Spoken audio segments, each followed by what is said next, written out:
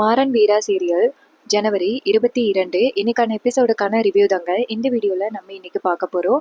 எபிசோடை ஸ்டார்ட் பண்ணுறதுக்கு முன்னாடி இந்த வீடியோவை மறக்காமல் லைக் பண்ணிக்கோங்க. உங்களுடைய ஒவ்வொரு லைக்கும் அடுத்தடுத்து வீடியோ போடும் பொழுது எங்களுக்கு கொஞ்சம் இன்ட்ரெஸ்டிங்காகவும் என்கரேஜிங்காகவும் இருக்கும். எபிசோட் எப்படி ஸ்டார்ட் ஆகுதுன்னா, கண்மணி வந்துட்டு ஒரு பிளான் பண்ணுறாங்க. இந்த பிளானை எப்படி எக்ஸிக்யூட் பண்ணுறாங்கன்னா, வீட்டில் உள்ள பழைய பொருள் எல்லாத்தையுமே குப்பை போடுறவங்கள்ட்ட கொடுக்கணும் அப்படின்னு சொல்லிட்டு எடுக்கிறாங்க. அப்போ வள்ளி சொல்கிறாங்க, இங்கே பாரு கண்மணி, ஏதாவது முக்கியமான பொருளெல்லாம் இருக்க போகுது, நீ எதுக்காக வந்துட்டு இதெல்லாம் எடுக்கிற அப்படின்னு. அப்போ கண்மணி சொல்கிறாங்க, இது மாதிரி பழைய பொருள் எல்லாம் ஓரமாக குப்பையாக தானே கிடக்கு, அதை கொடுத்தா நமக்கு ஏதாவது காசு கிடைக்கும்ல அப்படின்னு. இதை கேட்டதோட வள்ளி சொல்றாங்க சரி அப்படின்னு. அப்ப கண்மணி சொல்றாங்க, உங்களுக்கு டவுட்டா இருந்துச்சுன்னா அந்த பொருள் எல்லாத்தையுமே வெளியில கொண்டாந்து போடுறேன், அதுல உங்களுக்கு இம்பார்ட்டன்டான பொருள் இருந்துச்சுன்னா நீங்க எடுத்துக்கோங்க, நான் எதுவும் சொல்ல போறது கிடையாது அப்படின்னு. இது கேட்டதோட வள்ளியும் சரி அப்படிங்கிறாங்க. கண்மணி நேரா அந்த பழைய பொருள் வாங்குறவரை பார்த்து, இங்க பாருங்கன்னா நான் பொருள் எல்லாம் கொண்டாந்து போடுறேன், சித்தி செக் பண்ண பிறகு நீங்க எடுத்துக்கோங்க அப்படின்னு. இதை கேட்டதோட அவரும் சரி அப்படின்னு சொல்றாரு. அதுக்கப்புறமா கண்மணி வந்துட்டு நேரா வீரா கிட்ட போயிட்டு, வீரா உன்னோட ரூம்ல ஏதாவது திங்ஸ் இருக்கா அப்படின்னு. அப்ப வீரா சொல்றாங்க, பழைய நியூஸ் பேப்பர்ஸ் மட்டும்தான் இருக்கு, நீ வேணும்னா எடுத்துக்கோ அப்படின்னு. இது கேட்டதோட கண்மணியும் சரி அப்படின்னு சொல்லிட்டு நேரா பிருந்தா கிட்ட, பிருந்தா நீயும் வா அப்படின்னு சொல்ல, பிருந்தாவும் சரி அப்படின்னு சொல்லிட்டு போறாங்க. கண்மணி எதுக்காக பிருந்தாவையே சேர்த்து கூப்பிடுறாங்க அப்படின்னா, பக்கத்துல யாராவது ஒரு சாட்சி வேணும்ல, அதுக்காக தான் கண்மணியை கூட்டிட்டு போறாங்க. என்ன நடக்க போகுதுன்னு வாங்க பாப்போம். நம்ம கண்மணி நேரா மாடிக்கு போறாங்க. மாடிக்கு போயிட்டு ஒவ்வொரு இடமா செக் பண்ணிக்கிட்டு இருக்காங்க. அப்ப பிருந்தாவும் ஒவ்வொரு இடமா ஏதாவது பழைய பேப்பர் கிடக்கா அப்படின்னு பாத்துக்கிட்டு இருக்காங்க. அப்பதான் கண்மணி ஒரு ட்ரங்கு பொட்டியை பாக்குறாங்க. ட்ரங்கு பொட்டி எடுத்து கொண்டாந்து பெட்ல வைக்கிறாங்க. வச்சுட்டு அதை ஓபன் பண்ணி ஒவ்வொன்றா பாக்குறாங்க. அதுல நிறைய பேப்பர்ஸ் எல்லாம் இருக்கு. அப்ப அதுல ஒரு ருத்ராட்ச கொட்டை இருக்கு. ஆமாங்க, இதுதான் கண்மணியோட பிளானே. ருத்ராட்ச கொட்டைய கையில எடுத்துக்கிட்டு கண்மணி சொல்றாங்க, பிருந்தா இது அண்ணனோட ருத்ராட்ச கொட்டை தானே, நல்லா பாரு அப்படின்னு. அப்ப பிருந்தா பார்த்துட்டு ஆமாக்கா அப்படின்னு சொல்ல, கண்மணி சொல்றாங்க, இது எப்படி இவனோட ரூம்க்கு வந்துச்சு அப்படின்னு. கண்மணி அழுதுகிட்டே அங்கேருந்து ஓடி வராங்க. கண்மணி அழுதுகிட்டு ஓடி வரதை பார்த்துட்டு முத்துலட்சுமி பிருந்தா எல்லாருமே ஷாக் ஆகி கண்மணி கிட்ட, கண்மணி என்னாச்சு, ஏன் அழுகுற அப்படின்னு சொல்ல, அப்ப நம்ம ராமச்சந்திரன் வீரா எல்லாருமே அந்த இடத்துக்கு வராங்க. அப்ப வீராவுக்கு சந்தேகம், அக்கா எதுக்காக இப்படி அழுதுகிட்டு வரா அப்படின்னு. அப்ப கண்மணி அந்த ருத்ராட்ச கொட்டைய அவங்க அம்மாட்ட காமிச்சு, அம்மா இத பாருங்களேன், இது யாருதுன்னு தெரியுதா அப்படின்னு சொல்ல, அப்ப முத்துலட்சுமி அந்த ருத்ராட்ச கொட்டையை வாங்கி, இது அண்ணனோட திரி, அவனுக்கு அடிக்கடி ஜுரம் வரும், அந்த ஜுரத்தை சரி பண்றதுக்காக திருவண்ணாமலைக்கு நடந்தே போயிட்டு இந்த ருத்ராட்ச கொட்டையை வாங்கிட்டு வந்து அவன் கழுத்துல போட்டு விட்டான், இது வரைக்கும் அவன் இந்த ருத்ராட்ச கொட்டையை கழட்டுனதே கிடையாது அப்படின்னு. அப்ப கண்மணி சொல்றாங்க, ஆமாம்மா இந்த ருத்ராட்ச கோட்டை அண்ணனோடதுன்னு எனக்கு நல்லாவே தெரியும், அதனாலதான் இதை எடுத்துட்டு ஓடி வந்தேன், இது எங்க இருந்துச்சுன்னு உங்களுக்கு தெரியுமா அப்படின்னு. அப்ப முத்துலட்சுமி கேக்குறாங்க, எங்க கண்மணி இருந்துச்சு அப்படின்னு. அப்ப கண்மணி சொல்றாங்க, அம்மா இது அந்த மாறனோட ட்ரங்கு பொட்டியில இருந்துச்சு அப்படின்னு. இதை கேட்டதோட அங்க உள்ளவங்க எல்லாருமே அதிர்ச்சி ஆகுறாங்க.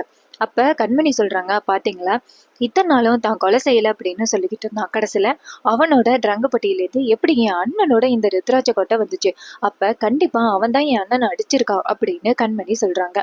அதே நேரத்துல ராமச்சந்திரன் அந்த ருத்ராட்ச கொட்டையை வாங்கிட்டு இது எப்படி அவனோட ரூமுக்கு வந்துச்சு அப்படின்ட்டு நிக்கிறாரு.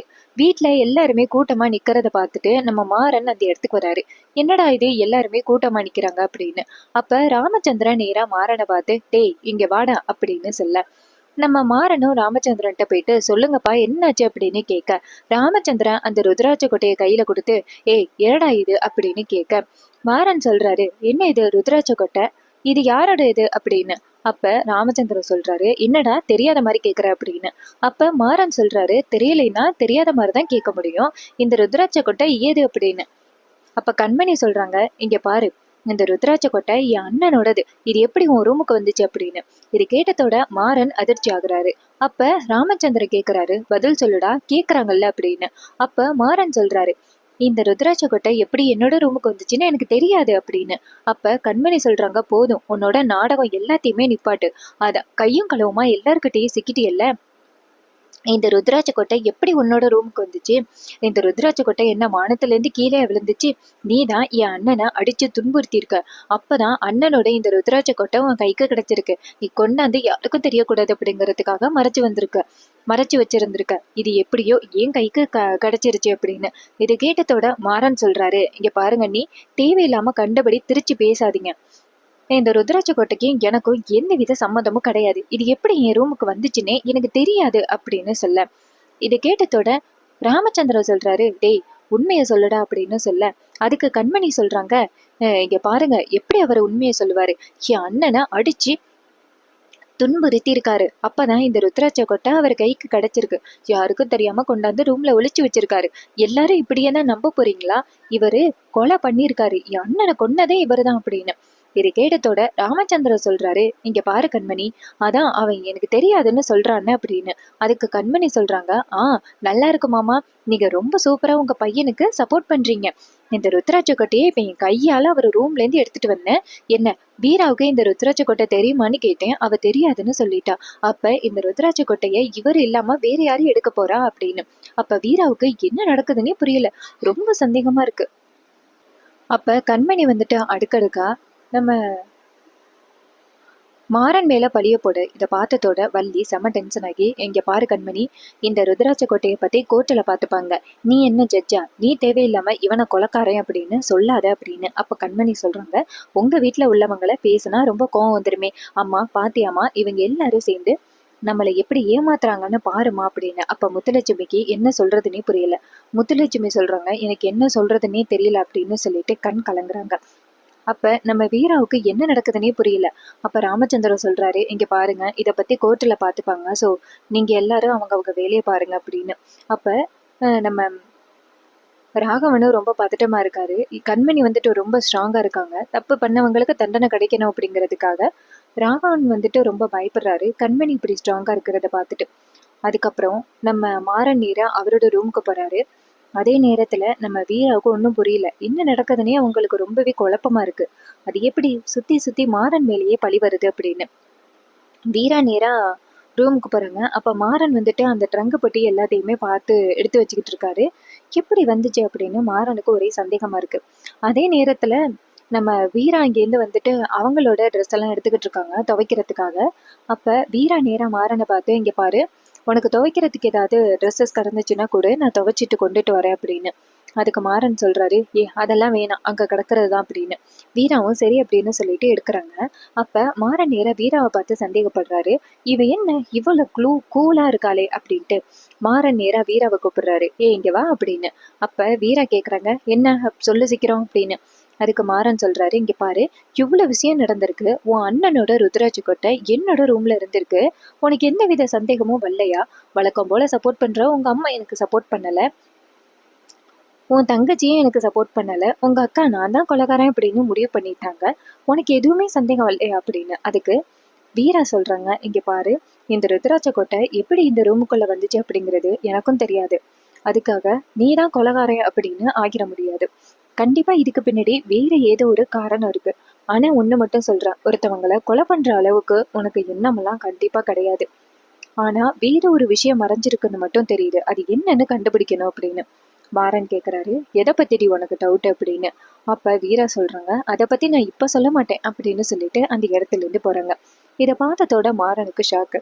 இவ என்ன இதுல சந்தேகம்னு சொல்றான், அப்ப அவ எதை கண்டுபிடிச்சிருப்பா, ஆகா இவகிட்ட கொஞ்சம் உஷாரா இருக்கணும் போலயே அப்படின்னு மாறன் நினைக்கிறாரு. இருந்தாலும் மாறனுக்கு சந்தேகம், இந்த ரூமுக்குள்ள எப்படி அந்த ருத்ராட்ச கொட்டை வந்துச்சு அப்படின்னு நம்ம மாறனுக்கு ஒரே டவுட்டா இருக்கு. அதுக்கப்புறமா முத்துலட்சுமியை காமிக்கிறாங்க. முத்துலட்சுமி அந்த ருத்ராட்ச கொட்டையை கையில வச்சுக்கிட்டு அழுதுகிட்டு இருக்காங்க. அப்ப நம்ம முத்துலட்சுமிக்கு எது உண்மை எது பொய் அப்படின்னு கொஞ்சம் கூட கண்டுபிடிக்கவே முடியல. அதே நேரத்துல நம்ம பிருந்தா இங்கேருந்து வராங்க. அப்ப பிருந்தா நேரா முத்துலட்சுமியை பார்த்து, அம்மா சொல்லுங்கம்மா, உங்களுக்கு மாறன் மாமா மேல சந்தேகமா இருக்கா அப்படின்னு. அப்ப முத்துலட்சுமி சொல்றாங்க, இங்க பாருமா, மாறன் இது வரைக்கும் யாருக்குமே துரோகம் பண்ணது கிடையாது. அண்ணன் இறந்ததுல இருந்து மாறன் நம்ம கூடயே தான் இருக்கான். இது மாதிரி சந்தேகப்படுற அளவுக்கு எதுவுமே அவன் பண்ணதே கிடையாது. அவன் எறும்புக்கு கூட துரோகம் பண்ணாம இருக்கிறவன். அவன் போய் இந்த மாதிரி பண்ணியிருப்பான்னு சொன்னா எப்படி நம்ப முடியும்? எது உண்மை எது பொய்ன்னு தெரியல. எப்படி இந்த ருத்ராட்ச கொட்டை அவனோட ரூமுக்கு வந்துச்சு, அதுவும் எனக்கு சந்தேகமா இருக்கு அப்படின்ட்டு முத்துலட்சுமி அழுகுறாங்க. அப்ப நம்ம வீரா அந்த இடத்துல வந்து நிக்கிறாங்க. அப்ப பிருந்தா நேரா அவங்க அம்மாவை கட்டிப்பிடிச்சு, அம்மா கண்டிப்பா மாறன் மாமா இப்படி பண்ணிருக்கிறதுக்கு வாய்ப்பே இல்லம்மா, வேற ஏதோ சூழ்ச்சி மட்டும் நடக்குதுன்னு நல்லா தெரியுது. மாறன் மாமாவா மாட்டி வர்றதுக்காக யாரோ இப்படி பண்ணிக்கிட்டு இருக்காங்க. அம்மா, நீ மாறன் மாமாவா தப்பா நினைக்காத, அவரு ரொம்ப நல்லவருமா அப்படின்னு சொல்ல, இதை கேட்டதோட முத்துலட்சுமி சொல்றாங்க, எனக்கும் நம்பிக்கை இருக்குடி, மாறன் இந்த மாதிரி பண்ணிருக்க மாட்டான் அப்படின்னு எனக்கு நம்பிக்கை இருக்கு. ஆனா நடக்கிறதையெல்லாம் பார்த்தா எதை நம்புறது எதை நம்ப கூடாதுன்னே தெரியலையேடி அப்படின்னு பிருந்தா அழுகுறாங்க. இதையெல்லாம் பார்த்துட்டு வீரா ரொம்ப கஷ்டப்படுறாங்க. அப்புறமா வீரா ஒரு முடிவு பண்றாங்க, சரி அண்ணன் வந்து யாருக்கிட்டையாவது சண்டை போட்டாங்களா அப்படின்னு விசாரிக்கலாம் அப்படின்னு நேரா ஆட்டோ ஸ்டாண்டுக்கு போறாங்க. வீரா என்ன பண்றாங்கன்னா நேரா ஆட்டோ ஸ்டாண்டுக்கு போறாங்க. அங்க போயிட்டு ஏதாவது அண்ணன் யாருக்கிட்டையும் முன்ன பின்ன சண்டை எல்லாம் போட்டிருக்காரா அப்படின்னு கேட்கறதுக்காக போறாங்க. அந்த ஆட்டோக்காரவங்க 3 பேர் நிக்கிறாங்க. அப்ப வீரா போயிட்டு நேரா அவங்க கிட்ட அண்ணா வணக்கம்ண்ணா அப்படின்னு சொல்ல, அவங்க வீராவை பார்த்ததோட வீரா எப்படிம்மா இருக்க, நல்லா இருக்கியாம்மா அப்படின்னு சொல்ல, வீரா சொல்றாங்க அதெல்லாம் நல்லா இருக்குன்னா, எனக்கு எந்த பிரச்சனையும் இல்லை அப்படின்னு. அப்ப ஆட்டோக்காரங்க கேக்குறாங்க, என்னம்மா திடீர்னு பார்க்க வந்திருக்க, ஏதாவது பிரச்சனையா அப்படின்னு. அப்ப வீரா சொல்றாங்க, இல்லைண்ணா இது மாதிரி அண்ணன் கேஸ் விஷயமா கோர்ட்டுல ஒரு கேஸ் நடந்துகிட்டு இருக்கு அப்படின்னு. அவங்க கேக்குறாங்க, என்னம்மா இது, அதான் ஆக்சிடென்ட்னு சொல்லி முடிச்சாச்சே அப்படின்னு. வீரா சொல்றாங்க, இல்ல அது ஆக்சிடென்ட் இல்ல, அண்ணன் யாருக்கிட்டே சண்டை போட்டிருக்காரு அப்படின்னு சொல்லி வந்திருக்கு அப்படின்னு. இதை கேட்டதோட அவங்க சொல்றாங்க, என்னது அண்ணனா, சண்டையா, அதுக்கெல்லாம் வாய்ப்பே இல்லம்மா, இங்க பாரு, என்ன பிரச்சனை நடந்தாலும் டக்குன்னு ஆட்டோக்காரவங்க எல்லாருமே அந்த இடத்துல கூடிருவாங்க. ஒருத்தனுக்கு பிரச்சனைனா எங்க பார்த்தாலும் நாங்க வந்துருவோம். அதோட சண்டை நடக்கக்கூடாது அப்படின்னு உன் அண்ணனே ஒரு கிளாஸே எடுப்பான். அப்படி இருக்கையில உன் அண்ணனை யாருக்கிட்டையும் சண்டை போட்டிருப்பான், அதுக்கெல்லாம் வாய்ப்பே இல்லம்மா. யாரோ தேவையில்லாம இந்த பிரச்சனையை கிளப்பி விடுறாங்க. அண்ணன்லாம் யாருக்கிட்டையும் சண்டையே போட மாட்டான். அப்படி சண்டை போட்டிருந்தா எங்களுக்கு தெரியாம இருந்திருக்காதுமா, அதுவும் மாறன் கிட்டையா, அதுக்கெல்லாம் வாய்ப்பே இல்லை அப்படின்னு. இதை கேட்டதோட வீரா சொல்றாங்க, சரிண்ணா அப்படின்னு சொல்லிட்டு நல்லா யோசிச்சு பாருங்களேன் அப்படின்னு சொல்ல, அவர் சொல்றாரு, இங்க பாருமா, நாங்க கரெக்டா தான் சொல்றோம், அப்படியெல்லாம் உங்க அண்ணன் யாருக்கிட்டையும் இது வரைக்கும் சண்டை போட்டதே கிடையாது அப்படின்னு. இதை கேட்டதோட வீராவோ சரி ரொம்ப நன்றிண்ணா அப்படின்ட்டு அடுத்ததான் நேரா காய்கறி கடைக்காரரை போய் பாக்குறாங்க. அங்க போயிட்டு, அண்ணா வணக்கம், இது மாதிரி மாறன் இருக்காருல்ல, அவர் இன்னைக்காவது என் அண்ணன் கூட சண்டை போட்டிருக்காரு அப்படின்னு. அவங்க சொல்றாங்க, இங்க பாருமா, மாறன்லாம் அப்படி சண்டை போடுறவன்லாம் கிடையவே கிடையாது. அப்படி அவன் சண்டை போட்டிருந்தா ஆப்போசிட் பார்ட்டி மேலதான் தப்பு அப்படின்னு நல்லாவே தெரியும். கண்டிப்பா மாறன் அந்த மாதிரி தப்பானவெல்லாம் கிடையாது. உங்களுக்கே தெரியும் மாறன் இது வரைக்கும் என்னெல்லாம் நல்லது பண்ணியிருக்கான் அப்படிங்கிறது. கண்டிப்பா மாறன் இந்த மாதிரி எல்லாம் பண்ற ஆளே கிடையாதுமா, உங்ககிட்ட யாரும் தவறா சொல்லியிருக்காங்க அப்படின்னு. இதை கேட்டதோட வீராவோ சரி ரொம்ப நன்றி அப்படின்னு அடுத்த கடைக்கு போறாங்க. அங்க போயிட்டு அவங்க அண்ணனை பத்தி விசாரிக்கிறாங்க. இது மாதிரி அண்ணனுக்கும் மாறனுக்கும் ஏதாவது பிரச்சனை நடந்திருக்கா அப்படின்னு. அவங்க சொல்றாங்க, அதுக்கெல்லாம் வாய்ப்பே இல்லைம்மா, பாண்டியன் எப்படிப்பட்டவன்னு தெரியும், பாண்டியன்லாம் இந்த மாதிரி வம்பளுக்கிறவன்லாம் கிடையாது அப்படின்னு பாண்டியனை பத்தி புகழ்ந்துதான் சொல்றாங்க. இது எல்லாம் கேட்டதோட நம்ம வீரா நினைக்கிறாங்க, அப்ப தப்பு கண்டிப்பா மாறன் மேலேயோ என் அண்ணன் மேலேயோ இல்ல, வேற ஏதோ ஒரு விஷயம் இதுக்கு பின்னாடி நடந்துகிட்டு இருக்கு அப்படிங்கிறத வீரா கண்டுபிடிக்கிறாங்க. அதுக்கப்புறமா வீரா வீட்டுக்கு வரும் பொழுது போலீஸோட வக்கீலோட வராங்க. வக்கீல் நேரா ராமச்சந்திரனை பார்த்து வணக்கம் சொல்ல, ராமச்சந்திரன் கேட்குறாரு, வணக்கம் ஐயா, என்ன இந்த நேரத்துல வந்திருக்கீங்க அப்படின்னு. அப்ப வீரா சொல்றாங்க, மாமா நான் தான் கூட்டிட்டு வந்தேன் அப்படின்னு. ராமச்சந்திரன் கேட்குறாரு, ஏமா என்னாச்சு அப்படின்னு. அப்ப வக்கீல் சொல்றாரு, இந்த மாறன் கேஸ் சம்மந்தமா ஒரு சில விஷயங்களை கலெக்ட் பண்ற மாதிரி இருக்கு, அதான் வந்தேன். வீராவும் வர சொன்னாங்க அப்படின்னு. அதே நேரம் ராகவன் அந்த இடத்துக்கு வராரு. வக்கீலை பார்த்ததோட ராகவன் பயப்படுறாரு. அப்ப அந்த வக்கீல் வந்துட்டு நேரா கேக்குறாரு, இங்க பாருங்க, நல்லா யோசனை பண்ணி பாருங்க, மாறன் இது மாதிரி ஏதாவது சொல்லியிருக்காரு அப்படின்னு. அப்ப வள்ளி சொல்றாங்க, இங்க பாருங்க, இது வரைக்கும் மாறன் வந்துட்டு பல விஷயங்கள் நல்லது பண்ணியிருக்கான். அவன் என்ன சண்டை நடந்தாலுமே என்கிட்ட வந்து சொல்லாம இருக்க மாட்டான், எல்லாத்தையுமே சொல்லியிருக்கான். ஆனா இந்த ருத்ராட்ச கோட்டை பத்தியோ இவங்க அண்ணன்ட்ட சண்டை போட்டது பத்தியோ இது வரைக்கும் என்கிட்ட சொன்னதே கிடையாது. மாறன் ரொம்ப நல்லவன், அடுத்தவங்களுக்கு துரோகம் பண்ணக்கூடாதுன்னு நினைப்ப, அவனா வந்துட்டு பாண்டியனை அடிச்சு கொண்டு இருப்பான், அதுக்கெல்லாம் வாய்ப்பே இல்லை அப்படின்னு. அப்ப வீரா சொல்றாங்க, ஏன் அண்ணனும் இது வரைக்கும் யாருக்கிட்டையும் போயிட்டு வாலண்டியரா சண்டை போட்டதே கிடையாது. இதுக்கு பின்னாடி வேற யாரோ ஒருத்தவங்க இருக்காங்கன்னு தோணுது. யாரோ ஒருத்தவங்க மாறனை மாட்டி வர்றதுக்காக இப்படியெல்லாம் பண்ணிக்கிட்டு இருக்காங்க அப்படின்னு நம்ம வீரா சொல்றாங்க. அப்ப வக்கீல் கேக்குறாரு, இங்க பாருங்கம்மா, நீங்க சொல்றதும் ரொம்ப சூப்பரா இருக்கு, நீங்க சொல்றது கரெக்டு தான், நீங்க சொல்றது வச்சு மாறன் மேல எந்த தப்பும் இல்லை அப்படின்னு எனக்கு புரியுது. ஆனா அதுக்கான ஆதாரம் வேணும்ல அப்படின்னு. அப்ப வீரா சொல்றாங்க, இங்க பாருங்க, சாட்சிக்கு கொஞ்சமாவது பயம் இருக்கணும். ஏன்னா ஒரு விஷயத்த நம்ம பொய்யா சொல்ல போறோம்னா கொஞ்சமாவது பயம் இருக்கணும். ஆனா அவர் கொஞ்சம் கூட பயப்படாம கோர்ட்டு படி ஏறி இவ்வளோ ஈஸியா வந்து பொய் சொல்றாருன்னா அப்ப அவருக்கு பாதுகாப்பா அந்த போலீஸ் இருக்காரு. நீ உண்மையை சொல்ல, நான் பாத்துக்கிறேன் அப்படின்னு அந்த சாட்சி கிட்ட சொல்லியிருக்காரு. அதனாலதான் சாட்சி அவ்வளோ ஈஸியா கோர்ட்டு படியேறி வந்துட்டு போய் சொல்றாரு. அவருக்கு அவ்வளவு தைரியம் இருக்கு. இதுல பார்க்க போனா எனக்கு தெரிஞ்சு மாறனுக்கும் என் அண்ணனுக்கும் பிரச்சனை இல்லைன்னு தோணுது. மாறனுக்கும் அந்த போலீஸுக்கு ஏதாவது பிரச்சனையோன்னு தோணுது. ஏன் வள்ளியம்மா, மாறன் எப்பயாவது அந்த போலீஸ் கிட்ட வம்பிழுத்திருக்கிறாரா அப்படின்னு. அதுக்கு வள்ளி சொல்றாங்க, சேச்சே, அந்த போலீஸையே இப்பதான் பாக்குறோம். அவனுக்கும் மாறனுக்கும் சண்டை வர்றதுக்கு வாய்ப்பே கிடையாது அப்படின்னு. இது கேட்டதோட வீரா சொல்றாங்க, அப்ப அந்த போலீஸ் வேற யாரோ ஒருத்தவங்க சொல்லிதான் இப்படி பண்ணிக்கிட்டு இருக்கான்னு நல்லா தெரியுது அப்படின்னு. இதை கேட்டதோட வக்கீல் சொல்றாரு, ஆமாம்மா, நீங்க சொல்றதையும் எல்லாத்தையும் மேட்ச் பண்ணி பார்த்தா அந்த போலீஸ் வந்துட்டு தேவையில்லாம மாறனை மாட்டி வர்றதுக்காக தான் இப்படி பண்ணிக்கிட்டு இருக்காங்கன்னு நல்லா தெரியுது அப்படின்னு. அதே நேரத்துல ராகவன் அதையெல்லாம் காதல் வாங்கிட்டு ரொம்ப அதிர்ச்சி ஆகுறாரு. ராகவன் என்ன நினைக்கிறாருன்னா, வீரா வந்துட்டு உண்மையை கண்டுபிடிக்கிறதுக்காக போராடிக்கிட்டு இருக்காங்க. ஒருவேளை வீரா வந்துட்டு உண்மையை கண்டுபிடிச்சிட்டா நம்ம நிலைமை என்ன ஆகுறது அப்படின்னு ராகவனுக்கு பயம். சொந்த தம்பி ஜெயிலுக்கு போறான் அப்படிங்கிற ஒரு கவலை கூட ராகவனுக்கு இல்ல. சொந்த தம்பியவே மாட்டி விட்டுட்டு தான் எதுவுமே தெரியாத மாதிரி நின்றுகிட்டு இருக்காரு. இவரெல்லாம் ஒரு அண்ணனா? இன்னொரு பக்கம் மாறன் வந்துட்டு ரொம்ப நல்லவன் அப்படின்னு வீரா சொல்லிக்கிட்டே இருக்காங்க. அப்ப சாட்சி சொல்றாரு, இங்க பாருங்க, அந்த சாட்சி கிட்ட ஒரு சில கேள்விகளை நான் தொடர்ந்து கேட்டேன்னா கண்டிப்பா அவன் வந்துட்டு ஏதாவது ஒரு வகையில உண்மையை சொல்றதுக்கு வாய்ப்பு இருக்கு. அப்ப நம்ம கிட்ட பலமா சிக்குவான். அப்ப அவன் பொய் சொன்னது கோர்ட்டுக்கு முன்னாடி நிரூபணம் ஆகிரும். அதுக்கப்புறம் அவனை ஈஸியா வந்துட்டு ஃபேக்குன்னு சொல்லி நிரூபிச்சிடலாம் அப்படின்னு. இது கேட்டதோட வீரா சொல்றாங்க, சரி, அதுக்கான ஏற்பாடுகளை பண்ணுங்க அப்படின்னு. வக்கீல் சொல்றாரு, ஒரு சில கேள்விகளை வச்சிருக்கேன், நான் கண்டிப்பா அவன் கிட்ட கேட்டா அவனால பதில் சொல்ல முடியாது அப்படின்னு. இது கேட்டதோட வீராவும், சரி, மாறன் எப்படியாவது நிரூபராதி, அது ஜஸ்ட் ஆக்சிடென்ட் தான் அப்படிங்கிறத கூடிய சீக்கிரம் நிரூபணம் ஆகணும் அப்படின்னு வீரா சொல்ல, இதை கேட்டுட்டு வக்கீலும் நான் பாத்துக்கிறேன் அப்படின்னு சொல்றாங்க. அதுக்கப்புறம் ராகவன் வந்துட்டு இதையெல்லாம் காதல வாங்கிட்டு ரொம்ப கவலையா மாடிப்படி ஏறிடாரு. ராகவன் இப்படி இருக்கிறத பார்த்தா கண்டிப்பா அவர் உலகத்தை விட்டு போற முடிவை தான் எடுப்பாருன்னு நினைக்கிறேன். ஏன்னா அவர் ரொம்பவே குழப்பத்துல இருக்காரு. அப்படிப்பட்ட ஒரு முடிவு எடுத்தா ரொம்ப பெரிய ப்ராப்ளம் ஆகிரும். இதனால கூட மாறன் வந்துட்டு, நான் தான் தப்பு பண்ணேன், என்ன வந்துட்டு கைது பண்ணுங்க அப்படின்னு சொந்த அண்ணனை காப்பாத்துறதுக்கு நிறையவே வாய்ப்புகள் இருக்கு. அதுக்கப்புறமா நம்ம வீரா வந்துட்டு நேரா மாடிக்கு போகும் பொழுது மாறன் நேரா வீரா கிட்ட, ஏய், நீ எதுக்காக இதெல்லாம் பண்ணிக்கிட்டு இருக்க அப்படின்னு கேட்க, அப்ப வீரா சொல்றாங்க, இங்க பாரு, உன்னை காப்பாத்துறதுக்காக தானே அப்படின்னு. மாறன் சொல்றாரு, இங்க பாரு, அதெல்லாம் நீ பண்ண வேண்டிய அவசியமே கிடையாது. என் மேல தப்பு இருந்துச்சுன்னா அவங்க வந்துட்டு என்னை கைது பண்ணிட்டு போகட்டும், நீ தேவையில்லாம இதுல தலையிடாத, உனக்கு வேண்டியது இந்த விவாகரத்து தானே, அதுல கையெழுத்து போட்டு கொடுக்குறேன், நீ பாட்டுக்கு வீட்டுக்கு போயிட்டே இரு அப்படின்னு.